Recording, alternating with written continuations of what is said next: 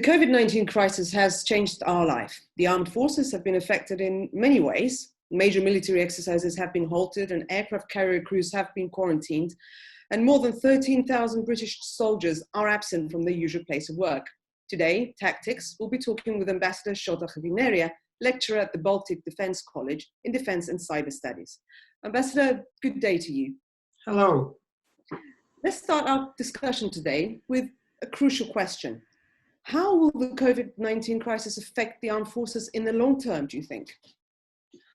Well, first of all, thank you so much for the opportunity of speaking about this most pressing security issues. Well, I guess I have to start by outlining that we're living in the times where everyone's crystal ball is broken. So we actually do not know what kind of world we will wake up in after we overcome this crisis. But I think there are still some issues which we can really talk about, and there are some things that we know for sure and we know for granted, and let's try to use those knowns as the determinants to define how the security environment could look like after the crisis is gone. First, what we know for sure is that the financial and economic crisis will be all-time bad. I mean, it will be nothing compared to what we have seen before, ever. Well, the figures that I have read about recently and all the predictions by the economists that I have looked into suggest that on average in the European countries we will have from 10 to 15% of economic recession by the end of the year, which is actually bad enough. Then what we also know for sure is that in this kind of crisis, defense and security budgets are experiencing a lot of pressure. So when the governments have to choose what portion of the spending they need to cut, most probably the defense and security budgets will once again appear on top of the list. Another thing that we know is that the threats that we have been facing before the pandemic broke out will persist in the best case, or I would say most probably will even grow and deepen in many cases. Sorry to interrupt. What kind of threats are you referring to? Because we're all focusing at the moment on the fact that the pandemic is somehow affecting us now, but we're all forgetting that there have been some threats in the past that now may actually worsen. Which are these threats? Yeah, exactly. So, especially the threats related to the hybrid warfare, information warfare, and cyber, because these trends of moving everything below the threshold of conflict was already there. And authoritarian regimes such as Russia and China were very well using this threshold below the conflict to pursue their political objectives and their geopolitical goals, using all elements of their national power, not only the kinetic, and actually increasingly relying on non-kinetic tools of influence. Anyways, but now with this pandemic situation where we are all locked up in our houses, and everything, the governmental sector, the private sector, and the academia in the first place are increasingly moving online. This was the trend.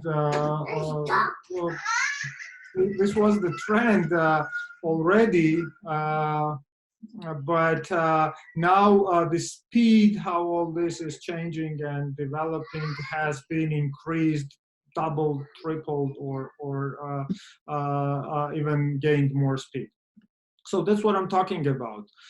When everything is rushing online and we do not really know how to increase our security in the cyber domain, or how to counter or deter other tools of hybrid warfare, which might be coming through the cyber domain or in the physical domain.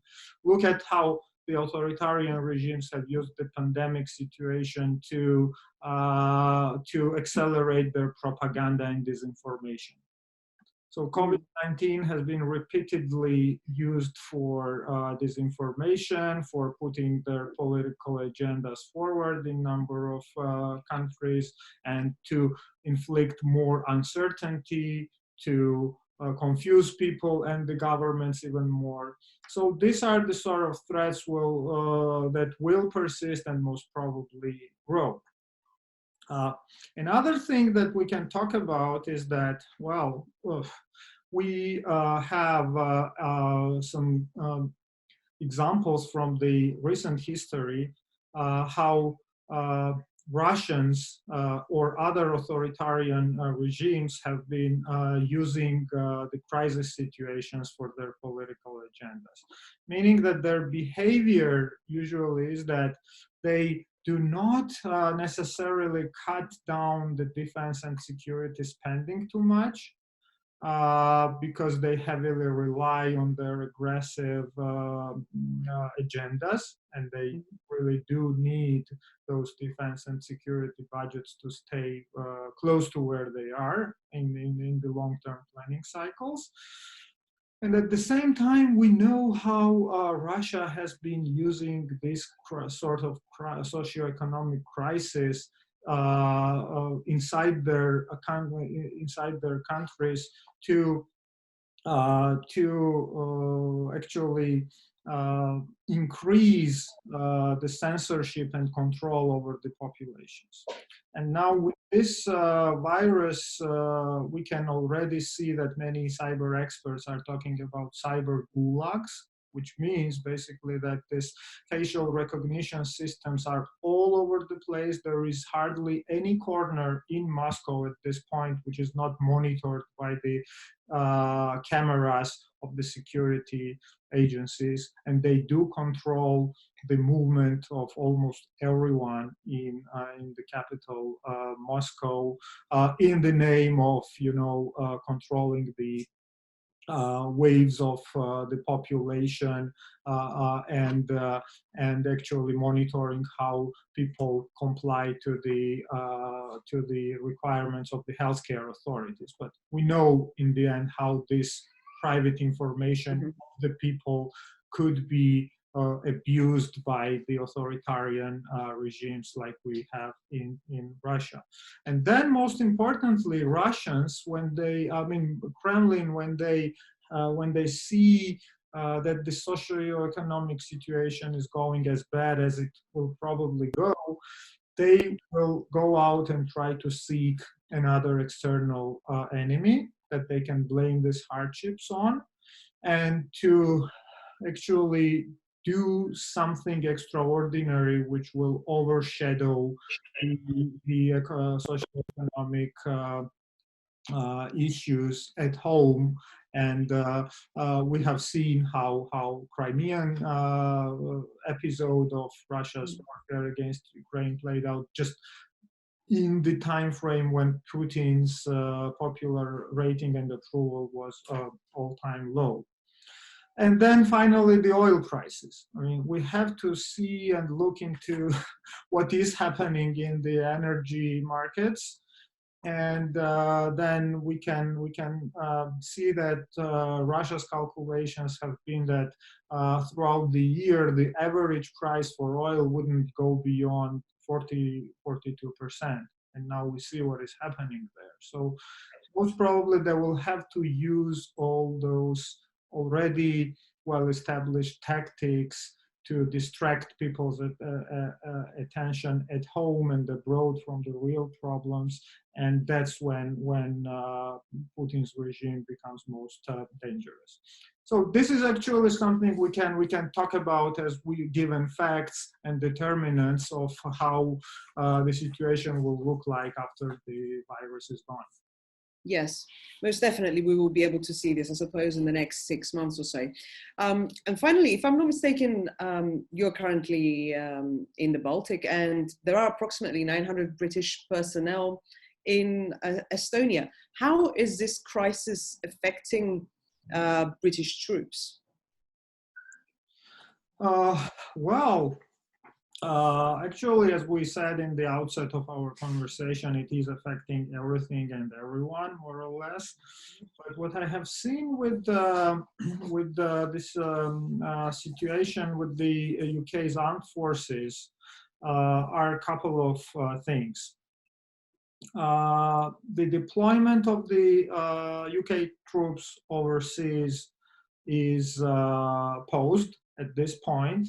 So what we see in Iraq, for example, is that there is not that much need for the training from the local authorities. So there is not much that UK armed forces will do there in terms of the ongoing programs. And the trainings and exercises that have been scheduled for this period of time are mostly paused as well in many other places. But surprisingly, what we see is that the recruitment process in UK's armed forces is still ongoing, and it has not been interrupted, and the armed forces are trying to use this moment for promoting their activities in the wartime, in the peacetime, and in the times of crisis to actually convince more people to join the ranks of the armed forces, which is a very good thing, because I think that they have really, really done a great job in responding to crisis outside their traditional functions as the military and as the armed forces. And I can give you a couple of examples of that. The armed forces have mobilized around 2,500 military vehicles, which are now used as the temporary ambulances or for delivering food supplies or other equipment in the troubled areas to support civilian authorities and the medical teams for doing their jobs. They're even actually testing NHS workers in the Glasgow airport's parking station, which is a remarkable size area to cover, and there is a lot they're doing there. Well, and actually the experience of the armed forces in dealing with the crisis situations in the war times and under pressure is something that the civilian institutions are taking a great advantage of. For example, in acquisitions branch of the Ministry of Defense is very well skilled in doing quick contracts and reconnaissance in the markets of what is available and negotiating in this very challenging times. So the civilian agencies are using the experience of that particular branch in the Ministry of Defense to arrange quick contracts, and also for the planning, of the resilience operations or any response operations in the most troubled regions. Of course, this planning experience that is accumulated in the armed forces due to the crisis response operations they have been conducting in different parts of the world is very helpful. And then, they also are actively involved in building or reconstructing the sites which are used for medical purposes in these times, like field hospitals, like setting up some tents where people can get treatment in the areas where this virus is hitting very hard, or flying patients across the UK, or even repatriating some UK citizens from abroad if there is a need. So we see that the armed forces are not leading the process per se, but they are assisting. Really, they're using their experience and their advantages to support and help civilian authorities to deal with this unprecedented situation. But this stationing abroad in these times can be very challenging, as you mentioned. So I don't see too much happening now in the multinational brigades, such as enhanced forward presence in Estonia, where around 850 troops are stationed alongside with the French contingent. Yeah. Well, these actually can really underline one problem, which is the military mobility problem in Europe.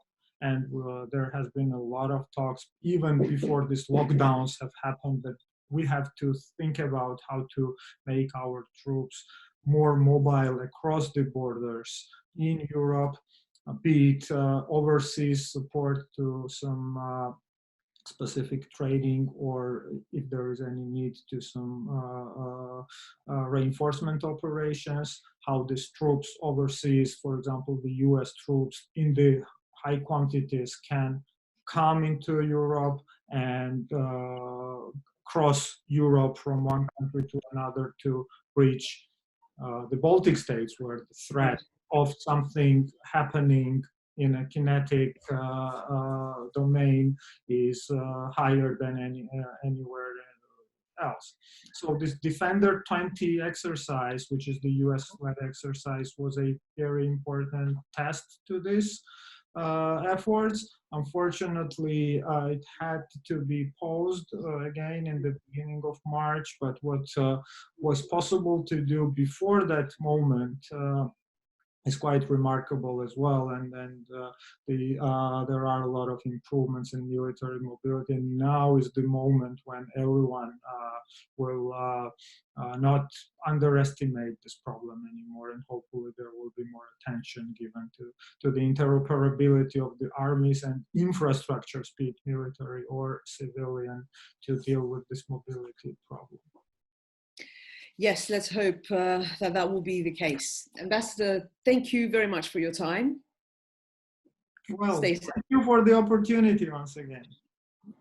Thank you. To talk about, but you know, this crisis is putting a finger on the most painful spots in many of the cases, and hopefully this will serve as the lesson learned for this new situation in the future. So thank you very much. Yeah, thank you. Thank you.